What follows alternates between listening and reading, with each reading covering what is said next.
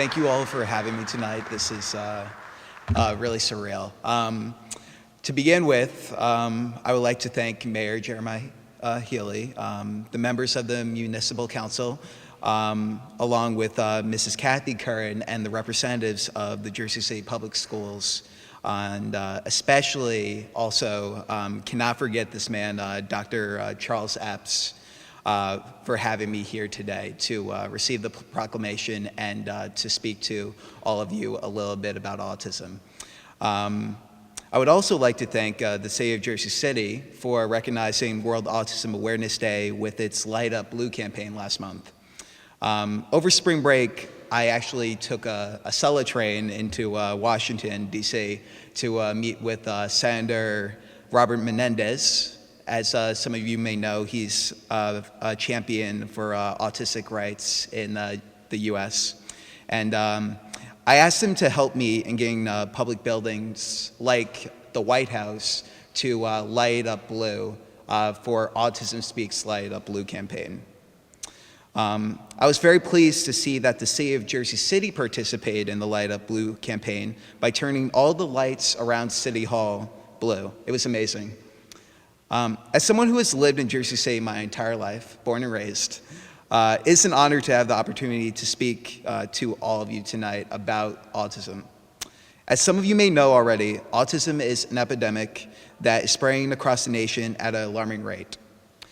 As you already heard, in New Jersey today, we have the highest rates of autism in the US, with 1 in every 94 children being diagnosed on the spectrum.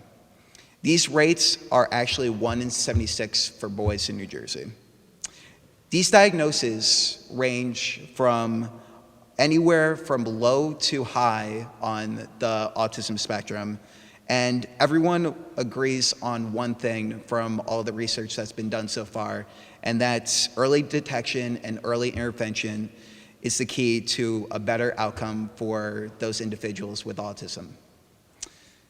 Before I continue, I just wanted to say I'm not a scientist, I'm not a politician, I'm not even really a scholar of autism. However, as someone on the spectrum, I do have a unique perspective, and in my speech tonight, I'm going to share with you my experience and how it's changed me till this day. I was first diagnosed with autism when I was 4 years old. A lot of people see me today, and it's crazy because they say that this kid doesn't have autism. I go up to my peers, I go up to certain individuals, and they're like, "What, are you joking? It's not possible." But for those of you here tonight who knew me when I was growing up, like Dr. Jerry Crisanino, and know me now, know what a tough, long road I had to travel. And the experience I had traveling, that road has brought me here tonight.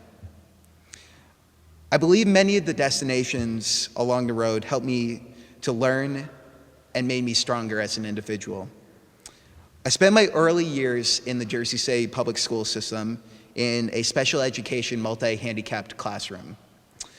I attended PS 41, PS 37, and PS 25.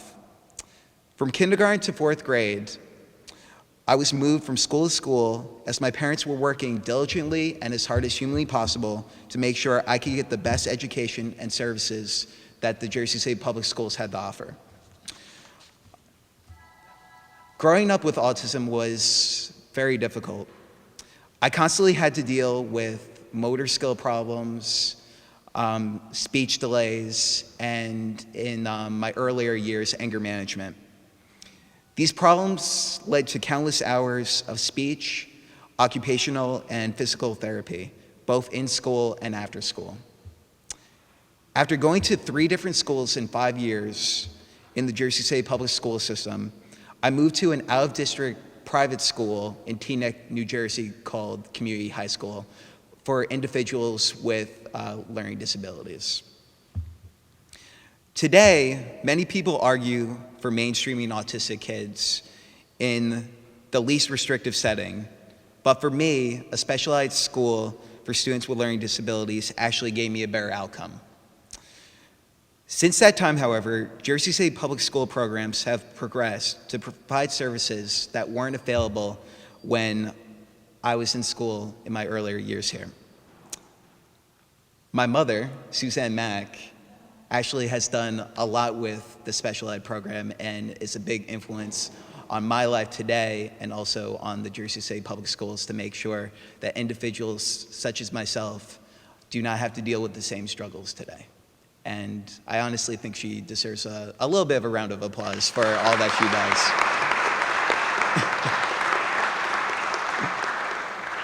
I promised I wasn't going to do that, and I just did, so sorry about that, but it's very well deserved. So here I am today. I'm a soon-to-be graduate of Seton Hall University. The days are winding down. It's about 10 days left. And I will be graduating with a degree in business administration, which I'm very excited about. To help document my experiences growing up on the autism spectrum, I write a blog every 2 weeks for Autism Speaks, an autism advocacy organization that are being represented here tonight.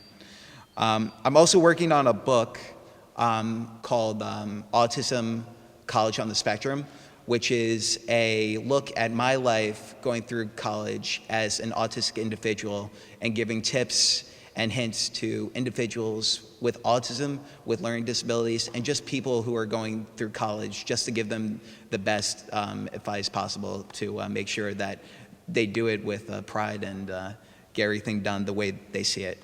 And in recognition of the situation many special needs people face, I'm working with freeholder Bill O'Day to build a nonprofit organization called KFM, Making a Difference in the Community, which will focus on special need housing for individuals in Jersey City. So we're very excited to see where that's going to be progressing. Thank you. To improve my skills as someone who's currently about to go into a nonprofit, I will be furthering my education in the fall by taking a master's in communications at Seton Hall University. So I'm very excited about that as well.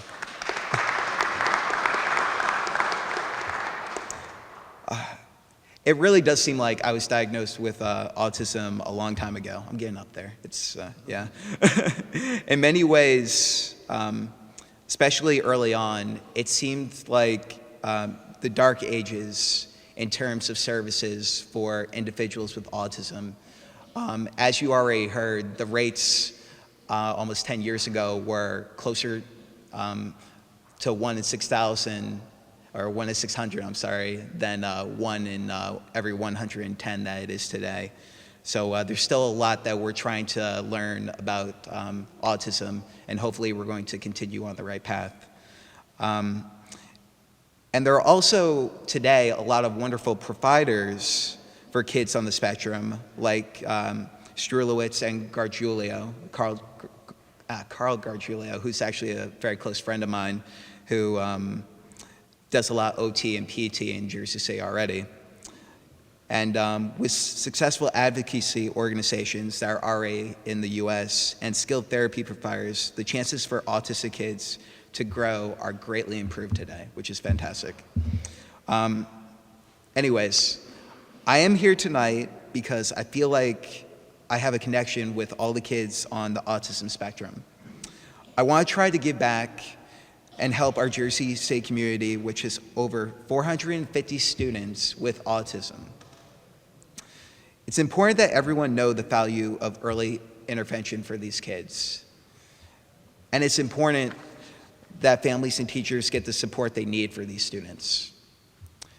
In a world of budget cuts, let's make sure special education does not disappear from our schools.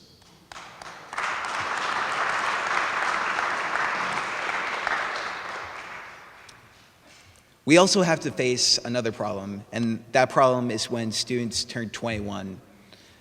Too many have no opportunities for additional schooling. occupational training, or employment. A Jersey City-based group called Bright Minds is one organization dedicated to providing solutions for this young adult group in both housing and employment. Bright Minds leader, Vishanti Johnson, is here tonight. What happens to the children who are now autistic adults is one of the crises we face as a community today. We as a community must prepare to help these adults. And I believe Jersey City is a great, caring community that will address this problem.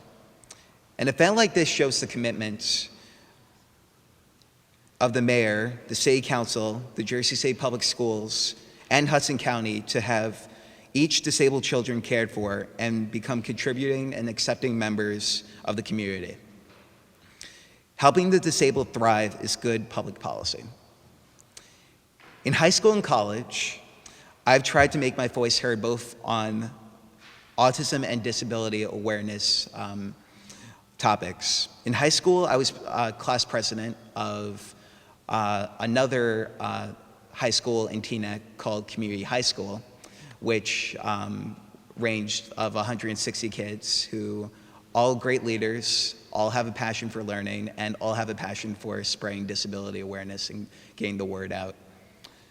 And at Seton Hall, quite recently, almost 3 years ago, at the beginning of my sophomore year, I founded an organization that self-advocates and spreads awareness for students both on our campus and also around the world called Student Disability Awareness. I tried to become a voice in New Jersey and nationally for people who sometimes don't have the ability to voice that for themselves. As we know, autism is a disorder that sometimes, unfortunately, takes away the capability of speaking in many situations. And especially early on, that was a very difficult thing for me as well. My motto has always been that you need to commit yourself to excellence in everything that you do in your life. You always need to remember that regardless of any disability, you have the chance to turn that disability into an ability with the right attitude and self-confidence in yourself. 4 years ago, when I went off to college, the mayor and city council wished me well with a proclamation. It's funny how things repeat themselves. I'd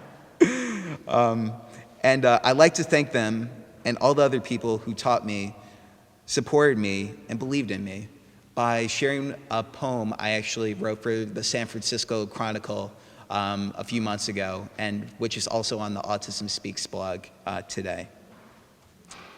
And I'll be sharing that with you all now. My name is Kerry, and I have pervasive development disorder not otherwise specified. This means I have autism. This does not mean I am autism. This means I see the world sometimes in a different light. This does not mean I'm in the dark. This means from time to time I may have a difficulty expressing my emotions. This does not mean I don't feel. This means when I communicate, I do it with a style that's all my own. This does not mean I don't have a voice. This means I may have a sensitivity when it comes to a certain feel or touch. This means sounds can sometimes make me feel uneasy. This does not mean I'm deaf or hard of hearing. This means I can often focus on certain interests for a long period of time. This does not mean those are my only interests. This means that I'm the only person in my family to have this. This does not mean I'm alone. This means I may have 500 other symptoms or capabilities that are different than yours. This does not make me any less of a person than anyone. My name is Kerry, and regardless of what PDD-NOS means or doesn't mean, autism cannot define me. I define autism in everything that I do. I can only hope those individuals, the individuals in this crowd today, regardless of being autistic or having a disability or anything at all can define their lives and their journeys in the way they see best. Thank you all so much for having me here today, and I appreciate it so much. Thank you. Thank you.